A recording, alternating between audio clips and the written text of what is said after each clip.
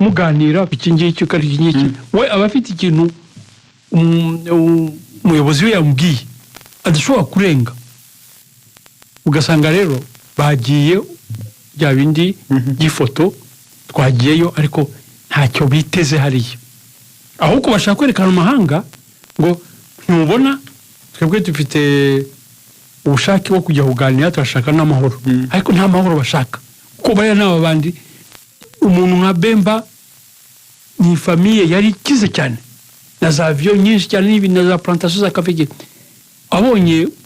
Tshisekedi buriya Kabila yamugujira hasi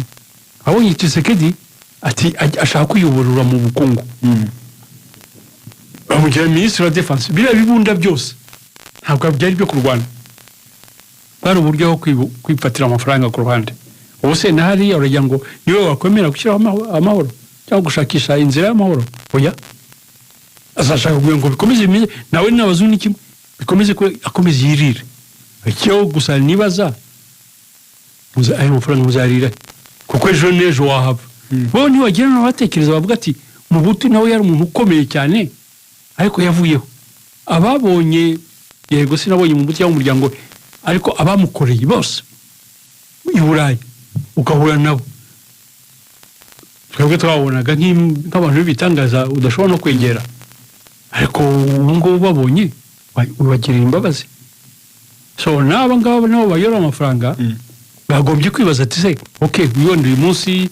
ndagenda muri za avion ibintu tanakoreye nibihinduka bazagenda bate me ikibabaje no kubona n'abanyekongo babyemera kuko wagira ngo baparticipa muri iyo process y'ubuhake ba Matinugu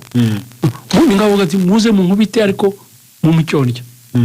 yego rakoze cyane ambassador Maître Gasominari hari abatekereza ko umuriro ugiye kurushaho kwaka nyuma yuko ibiganiro byanze mu byukuri nanjye ndi muri abo ngabo nibaza yuko imishyikirano nidakunda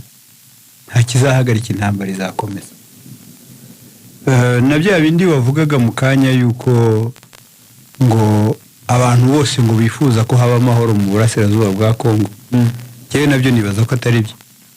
yaba abantu bose bifuzaga ko haba amahoro mu burasirazuba bwa Kongo uyu munsi burasirazuba bwa Kongo buba butekanye impamvu hari intambara nuko hari abantu benshi bifuza ko hataba amahoro ikindi iyo hari intambara hari abantu benshi bazungukiramo ziriya ntwaro zikoreshwa mu burasirazuba bwa Kongo ntabwo Kongo izikora amasasu araswa mu burasirazuba bwa Kongo nta ruganda rw'amasasu Kongo ikora nta ruganda rw'amasasu Kongo igira bivuga ngo ayo masasu hari aho ava kandi aho avuye ni amafaranga hajya ni amadevize bariya abantu bose bahunga bava mu byabo bakereya imirimo ya za miliyoni na za miliyari z'amadolari ibyo byose hari abantu babyungukiramo niba ubona uyu munsi isi yose ibihaguruka yamagana AFC M23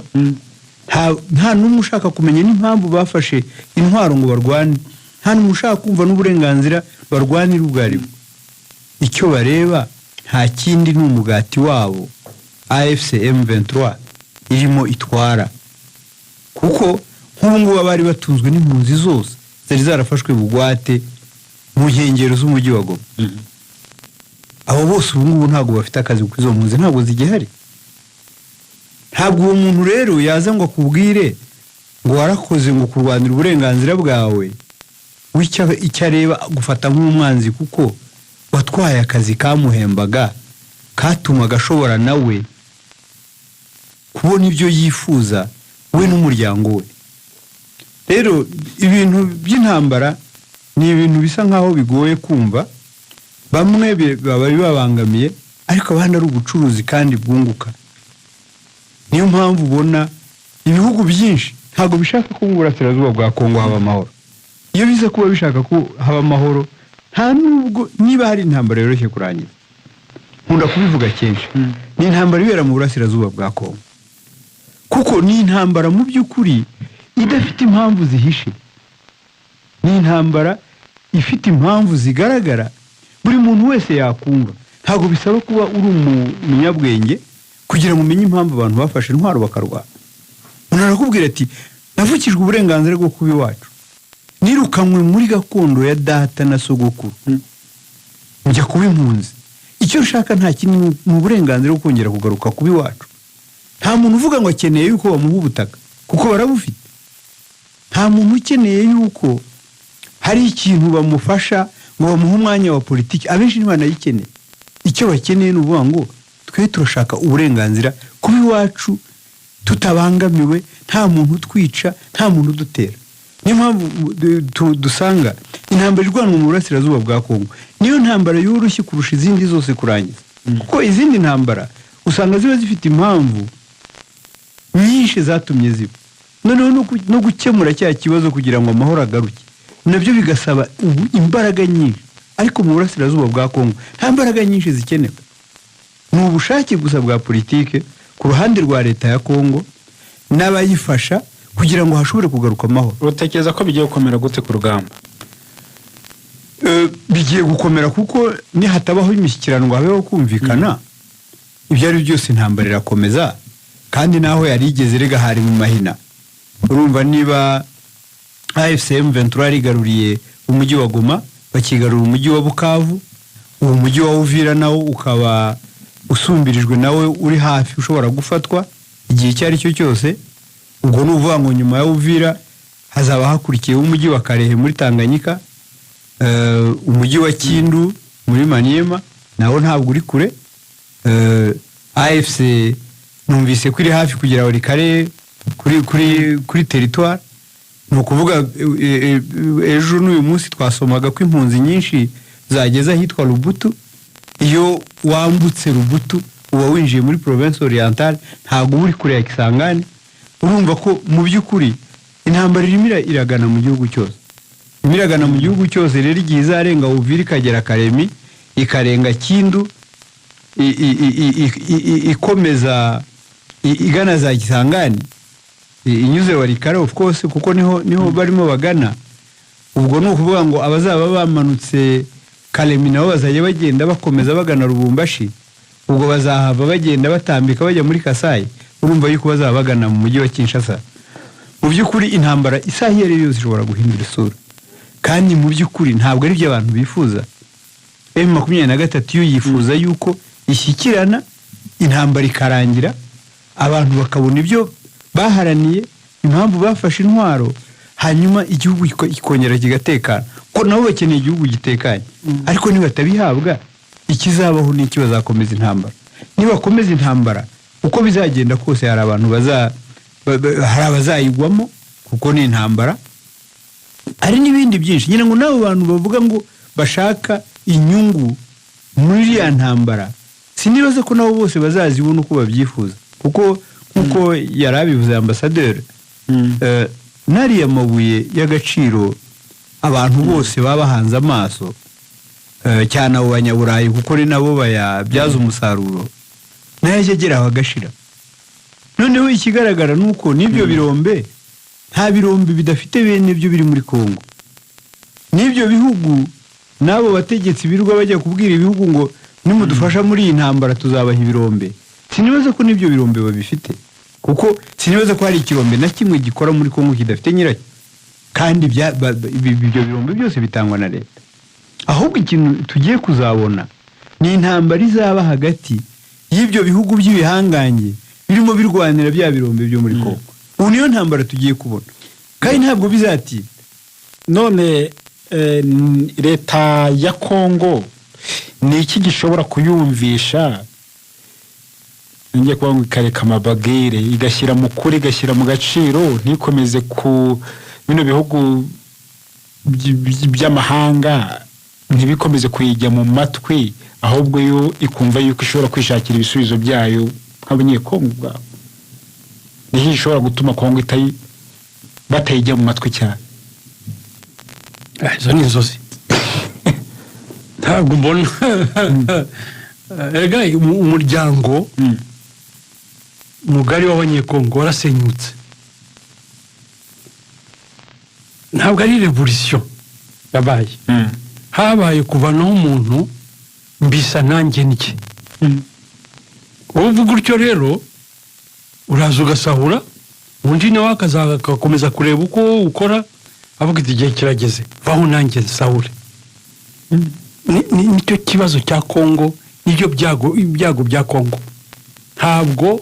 bazageza ahantu bavuga ngo reka dukorere Kongo abapolitisiye bahaguruke dore gahunda dufitiye Kongo dore aho dushaka kuyivana dore aho dushaka kuyigeza icyo gitekerezo ni gihari hari gihari uko hari ibintu ubona ukibaza kuko umuyobozi ashobora gukora ibintu nk'ibi ngibi Goma irafashwe uri umukuru w'igihugu ufasha avion ugiye muri anniversaire wa muntu nawe yewe biransiga cyangwa bakomeza bakora amafete bajya muri Suisse bajya muri hoteli iminsi ine menya barariye niba miliyoni amayero menshi cyane sinibuka umubare ariko yari menshi cyane ku buryo abasuwisi batangiye kubabaza ati amafaranga yavuye bakora enquete no kubona abantu batanitinya ngo bagire ukuntu bashaka guhisha umuntu yavugira igihugu yavugira umuturage w'umunyekongo no ntibiriho iyo bashaka umuyobozi nka perezida wa repubulika wo muri Kongo udashaka kwicara akatekereza akavuga ati se iyi ntambara ngiye gushora mu gihugu cyanjye ko niyo nabari ndwanira bo muri Kivu bapfa umunsi ku wundi kuki ntakora amasezerano n'abo ngabo turwana ngo amahoro agaruke igihugu ni kinini buri muntu azabona aho atura azabona aho ahinga azabona icyo kurya kuki atabitega no kuvuga yuko ntabwo bajyaho kuko batekereza imibereho myiza y'abaturage cyangwa guteza imbere igihugu cyabo bajyaho kugira ngo birundeho umutungo nicyo gituma nanone buriya bigezaho bagatsindwa kuki M23 yagize Bukavu ugasa naho bayitegereje nkaho ari Yezu ugeze Jerusalem kuki shaka kubyibaza ubwo naho wabeshya abantu ute ntabwo mu minsi 3 cyangwa icyumweru ndagira ngo ushobora guhamagara abantu muri stade kuri Goma abayobozi bakagenda bakavugisha abaturage niba abaturage bafite icyo kintu cyo kuvuga ngo abantu baraduteye sa bacu ni enemies nabanze ntabwo bashobora kuza ariko baraza muduhaye amahoro siho turasinzira tutanye no gukora business yacu nkuko twayikoraga uri umuyobozi utekereza ntabwo turiya muntu andusha igikundiro mu baturage nagenza nte kugira ngo nanjye murushe niyo vraie competition ibindi n'ububandi Tshisekedi rero ntihagire ikiruba mu mwizeraho abazungu babonye igikoresho cyiza kidahakana kitanga ibyo bamubwira byose arabikora ariko nabyo ibintu byose bigira amaherezo kuko nta muzungu uzaza kumena amaraso ye hano bazamuhabira ibitwaro byose ariko nta bazungu bazaza kumena amaraso kereka bari aba mercenaire ariko nabo kuri Goma amakuru numvise ntabwo bakunda kujya mu ntambara on the front line na kandi bahembwa ngahe ni $8 8,000 abandi bajya kurwana no koko bari imbere $8,000 so ari no kutigirira ikizere no kutiha agaciro none leta ya Kongo irabyivanamo gute ku rugamba kuko byera kose intambara ye irahari iracyanakomeje ariko ibyo biri kuba mu gihe SADC yavuze ko igiye gukora ingabo zayo SADC buriya ntibahujije gutekereza n'abanyekongo buriya nabo barabasuzugura babonye ko Tshisekedi atari umuntu ushobora gukora confiance ntabwo bamwizera bagasanga bagiye guta agaciro ku bintu by'amafuti nubwo bari bafitemo inyungu nabo kugira ngo bacukure bitwarire ariko basanze azabajyana ahantu habi waho n'abaturage babo bazabashyira mu majwi ugasanga bataye ubutegetsi niko gusubira inyuma uko twese isi iratureba mwabonye uko cyangwa bumvise umuzi w'ikibazo bari babuze kuva kera ariko urabona hari nk'umuntu ufite imbaraga bakwa kuri twabonaga abazungu akaza ukabona ko ntawukoma ntawugira ate muzungu yaje cyangwa ikintu gifite imbaraga mwese mugaceceka ariko muri iyi minsi muri iki gihe urabona n'iki agezwe n'iki cyabonye kiriya gisirikare ngo akerere bakacyazi ntibakibajije impapuro kigaceceka so what ubu buhangange bwawe buri he ubuhangange ni ukuri n'ibyo ukorera abaturage ko abaturage nibyo bagukorera iyo abaturage bakwemera bakora ibintu byiza uyu ufite ubuhangange n'Imana iragufasha uko ufashe abana b'Imana ibintu byo kuviringa abaturage nta kigenda wowe nuko ari igihugu kinini kandi kimazemo imyaka myinshi bataye icyizere nta murongo bafite urabona babaho umunsi ku wundi amahirwe bagira nuko ashobora gusohoka agahura n'isazi akayirya agahura n'umuserenyi ibyo ariko ntumubwire ngo ababigira niba abandi basahura bene wabo ariko biriya byose bizagizaho bihagarare niba AFC na M23 izanye andi matwara kuko burya rimwe na rimwe abantu baribeshya bakibwira ko abaturage batumva abaturage barumva barakureba kuko umurusha imbaraga aricecekera ariko yabonye umwanya wo kubyerekana abikoreka nabi cyane so jewe niyo maherezo mbona Tshisekedi ntabwo yiranda konte yuko bishobora kumuhindukana ariko ngo aparama muri ibi bihe asinzira none intambara atatsinze ari kumwe na Sadeke ari kumwe n'abamercenaires bacanshuro ubwo azayitsinda umwe baragiye cyangwa ibyo ari byo byose ntabwo nibaza yuko nawe afite icyizere cyo gutsinda intambara icyizere yari afite cyari icy'amahanga azotsa igitutu abo yita ko bamuteye noneho bikaba nka bya bintu byo muri 2013 noneho akisanga yatsinze intambara atayirwanya yarazi ko amateka azisubira ibiri kuba byaramutunguye naho kuba Sadeke yarafashe icyemezo cyo gutaha nanjye nakubaza ntese yidataha ari kubigenza ite gukomeza guhanyanyaza hehe Sadeke yatsinzwe intambara Sami DRC aho bari uyu munsi ni imfungwa z'intambara kubera impamvu za diplomasi baracyafite ibikoresho byabo bakaba mu bigo bari barimo ariko mu by'ukuri barinzwe n'ababatsinze ntabwo rero bafite uburenganzira bugenda n'ubugaruka igihe bashakiye iyo bagomba gusohoka babisabira uburenganzira aho bagiye baraherekezwa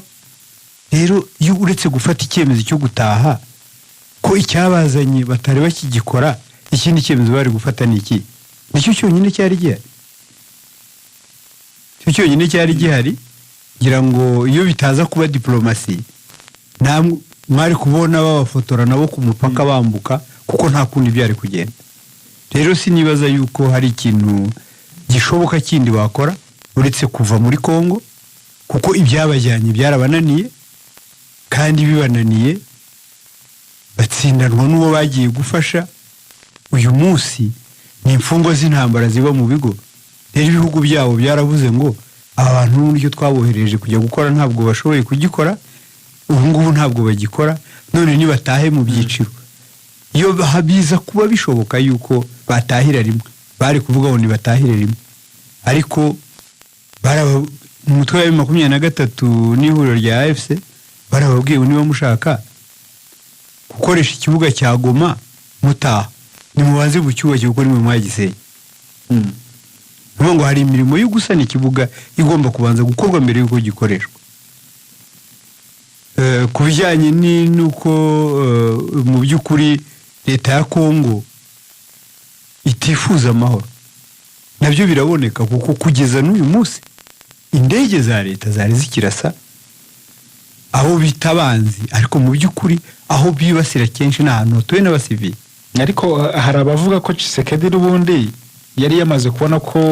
icyakemura ikibazo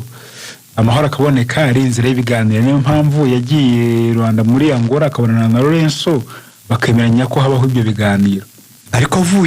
avuye i Rwanda ageze i Kinshasa, byaba byatangajwe n'umuvugizi wa leta, byaba byatangajwe n'umuvugizi wa presidence ubwe, byaba byavuzwe n'itangazamakuru, yavuye Rwanda afite ibyo yemeranyije na Joao Lorenzo, ageze i Kinshasa arabihindura. Ngira ngo ni nyuma y'ibindi biganiro aho yemeye kohereza n'intumwa, ubundi bavuga ko nta ntumwa bazohereza zo kujya mu biganiro. Aho niho ari n'ikibazo cyo kuganira na leta ya Kongo ihagarariwe n'abantu nk'abari, ko niyo mwaganira mukagira ibyo mwemeranya ntabwo babishyira mu bikorwa kuko nta n'agaciro baba babihaye.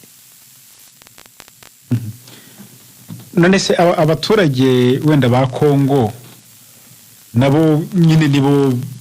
bava mu byabo bakababarira muri ibi bibazo byose, bo imitekerereze yabo ni iyihe mu kurangiza iyi ntambara, wenda nk'abantu banahazi cyangwa se nabo bagendera ku by'ubuyobozi bwabo bubashyiramo? Ngira ngo biroroshye kubyumva. Imitekerereze y'abaturage ntabwo ushobora kuvuguruza gahunda za leta. Abayobozi bafite inzira bahisemo. Igihe cyose abaturage bakiri kumwe nabo bashyigikira iyo nzira abayobozi babo bafashe. Iyo aho batuye hafashwe n'umutwe wa AFC M23 bagaragaza yuko banezerewe ko babohowe kubera ko bari basanzwe bafite ikibazo. Ngira ngo mwarabibonye umubare w'abantu bagiye muri stade kwakira ubuyobozi bwa M23 kuri Goma, mwarabibonye Bukavu, ndetse igihe haba n'ibyago by'uko hari abantu babateza ibisasu bagiye muri iriya nama, ubona ko bagenda ari benshi. Ikiriho nuko abanyekongo bafite inyota yuko y'impinduka, ariko babuze umuntu ubafasha kugira ngo bakore iyo mpinduka ibafitiye akamaro. Ari nayo mpamvu uje wese bajya bakeka ko ari Mesiya uje gukemura ibibazo byabo kubera ukuntu ari ingutu kandi kubera ari ibibazo bamaranye imyaka myinshi. Rero tukaba tubona mu by'ukuri umuntu washyizeho biriya bihano icyo yari agamije nta kindi ni ugusabota ibiganiro by'amahoro byari kuzatangira ejo kuri 18 Rwanda. Kandi ntabwo yahisemo iyi tariki atayitekerejeho, ntabwo yapfuye kwihitamo gutyo gusa. Yavuze ngo nitudakora iki gikorwa uyu munsi ngo tuburizemo ikizaba ejo, biragaragara ko mu minsi iri imbere bazajya bakemura ibibazo byabo batatubajije, kandi igihe bizaba ko bagira ibyo bakemura batatubajije akacu kazaba kashobotse. Ntabwo babyemera rero. Niyo mpamvu nakubwiye ngo bashobora kubona miliyari 40 z'amadolari zo kohereza mu mutwe w'ingabo ushinzwe kubungabunga amahoro, batigeze babungabunga amahoro no mu kavirage kamwe, agasisiro kamwe, mu gihe cy'imyaka irenga 25. Ariko umuntu wishyura aya mafaranga ntiyinube ngo avuge ngo nishyurira iki.